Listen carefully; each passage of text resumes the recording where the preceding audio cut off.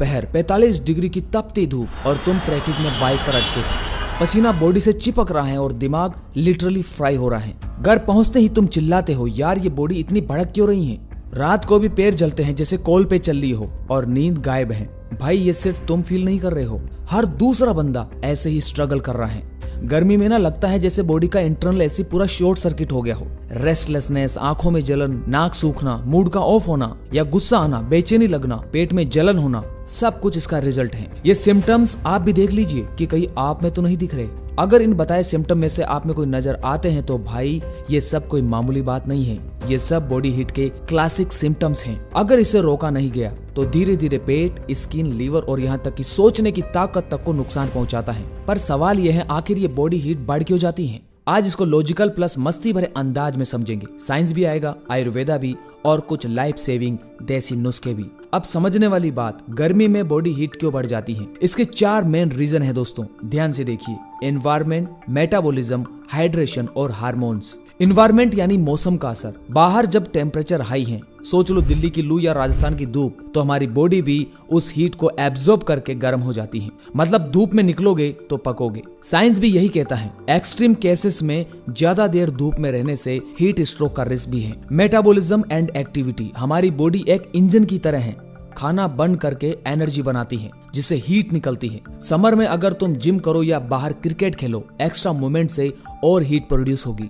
ज्यादा physical exercise is equal to ज्यादा internal heat. So गर्मी के दिनों में थोड़ा आराम से वाला फंडा बुरा नहीं है, वरना बॉडी खुद तंदूर बन जाएगी।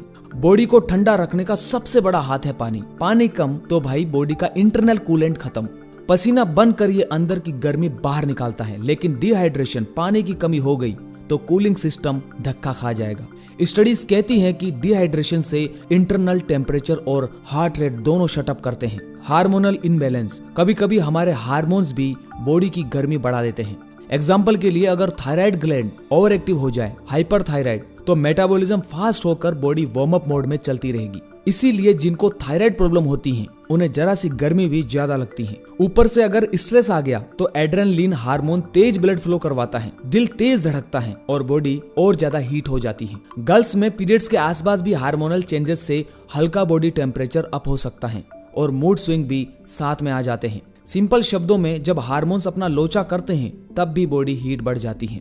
सोच के देखो, बाहर का 45 डिग्री तापमान प्लस बॉडी का अंदर का इंटरनल भट्टी प्लस पानी की कमी प्लस हार्मोनल लोचा, फिर आप कहते हो मैं लिटरली पिघल रहा हूँ। दोस्तों ये बिल्कुल साइंटिफिक है। चलो अब देखते हैं कि जब बॉडी का टेम्परेचर लिमिट के बाहर चला जाता है तो बॉडी का क्या रिएक्शन होता है। अंदर का टेम्परेचर लिमिट क्रॉस करते ही बॉडी चिल्लाकर सिग्नल भेजने लगती है, भाई हेल्प करो, मुझे ठंडक चाहिए। तलवों में जलन, बर्निंग फीट एट नाइट। रात को सोते वक्त लगता है जैसे पैर किसी इनविजिबल तंदूर पर रखे हो। This burning sensation is actually a sign कि तुम्हारी बॉडी की इंटरनल हीट हाई है। आयुर्वेदा के मुताबिक पित्त दोष बढ़ गया है। रेस्टलेसनेस और चिड़चिड़ापन। गर्मी के कारण मन बेचैन रहता है, बिना वजह इरिटेट फील करना, छोटी छोटी बातों पे गुस्सा। ये होता है क्योंकि ओवर थिंकिंग से दिमाग का थर्मोस्टेट भी हिल जाता है। साइंटिफिक रिसर्च भी यही कहती है, जरूरत से ज्यादा गर्मी से इरिटेबिलिटी बढ़ जाती है, लिटरली दिमाग का पारा चढ़ जाता है।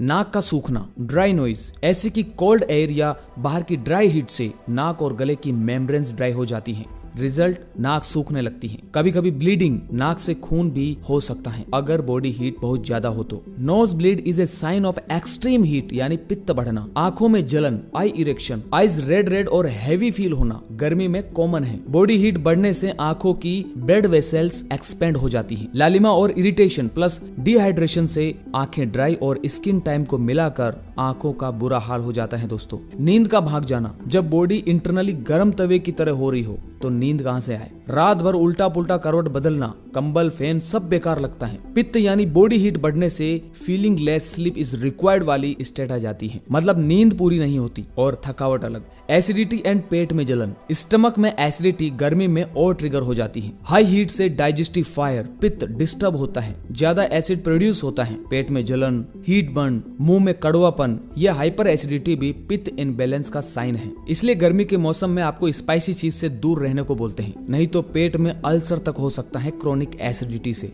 दोस्तों ये सारे सिम्टम्स का मतलब है बॉडी चिल्ला चिल्ला के बोल रही है मुझे ठंडक दो। हम सबने एक्सपीरियंस किया होगा, दिन भर काम करके आए हो, पैर तप रहे हैं, मूड खराब है और फिर कोई छोटी बात पर भड़का दिया दोस्त को, ओनली टू रियलाइज बाद में कि यार ये गर्मी का गुस्सा था, right? You are not alone. सबकी बॉडी गर्मी में ऐसे ही रिएक्ट करती है। समझो तुम्हारा सिस्टम ओवरहीटेड प्रोसेसर की तरह थ्रोटल कर रहा है। अब टाइम है थोड़ा ट्रेडिशनल कूलेंट्स का सहारा लेने का। एशियंट इंडियन विजडम आयुर्वेदा इस बॉडी हीट को पित्त दोष से एक्सप्लेन करता है। इनके हिसाब से बॉडी में 3 दोष एनर्जीज होती हैं, वात पित्त कफ। पित्त दोष मतलब फायर प्लस वाटर का दोनों का कॉम्बिनेशन है जो बॉडी की हीट, डाइजेशन और मेटाबॉलिज्म कंट्रोल करता है। और इन गर्मी के सीजन को दोस्तों आयुर्वेदा में पित्त सीजन माना गया है क्योंकि एक्सटर्नल हीट से पित्त नेचुरली एग्रीवेट होता है। पित्त अगर आपका इनबैलेंस हो गया तो आपको कैसे पता लगेगा, उसके साइन क्या है? जब पित्त ज्यादा भड़क जाए बॉडी में तो वही सिम्टम्स आते हैं जो अभी थोड़ी देर पहले डिस्कस किए थे। Access body heat, burning sensation, excessive sweating, irritability, गुस्सा, एसिडिटी, रेडनेस, ये सब।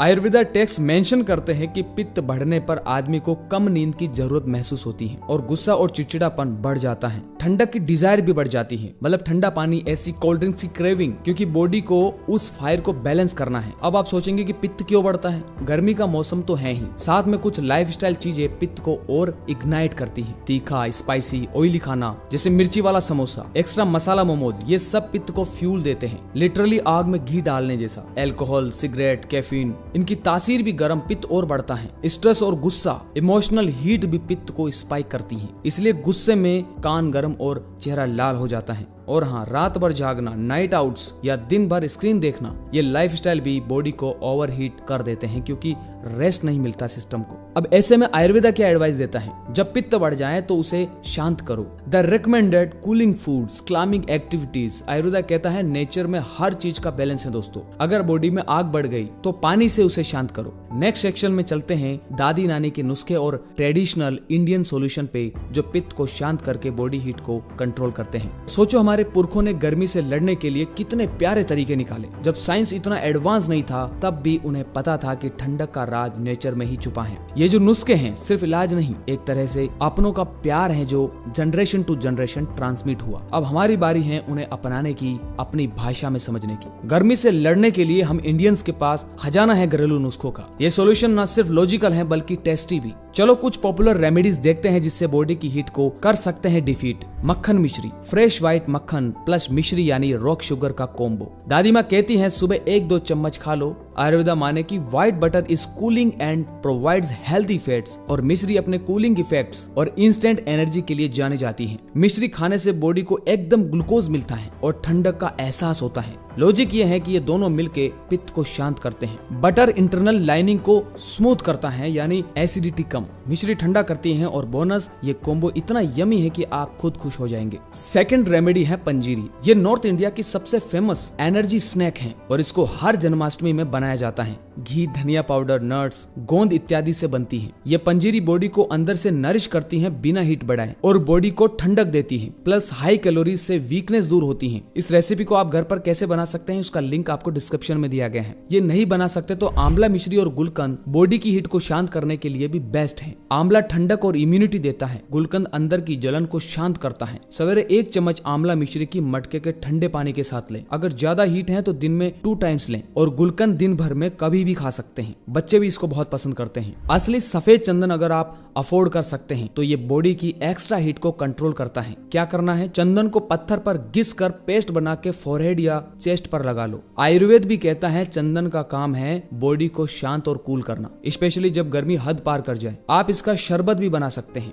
बस घिसकर पेस्ट को ठंडे पानी में मिलाएं और मिश्री से मीठा करें और पी जाए। साइंस भी कहता है चंदन की लकड़ी में नेचुरल ऑयल्स और कंपाउंड्स होते हैं जो स्किन को शांत करते हैं, रेडनेस और सूजन को कम करते हैं। घर पर एक देसी जुगाड़ करना है तो थोड़ा सा चंदन पाउडर लो, उसमें गुलाब जल मिलाओ और पेस्ट बना के लगाओ। और हाँ, अगर गर्मी से प्रीकली हीट रश, घमौरिया हो गई हो तो भी चंदन लगाने से इंस्टेंट ठंडक और राहत मिलती है। आपको याद होगा दोस्तों, बचपन में जब भी गर्मी के कारण नाक से खून निकलता था तो दादी क्या करती थी? मक्खन मिश्री पिला देती थी या छोटी इलायची चबाने को दे देती थी। इलायची भी कूलिंग होती है। सिमिलरली स्कूल से आए तो आम पन्ना, सत्तू, शरबत, नारियल पानी हाथ में सब तैयार मिलता था। दीज देसी drinks and food actually prevent over heating. हम सोचते थे बस स्वाद के लिए दे रहे हैं, पर अंदर ही अंदर बॉडी को समर्स के लिए इक्विप कर रहे थे। Traditional plus science hand in hand जरूर बताएं। ऐसी ही और डीप नॉलेज के लिए चैनल को सब्सक्राइब करें।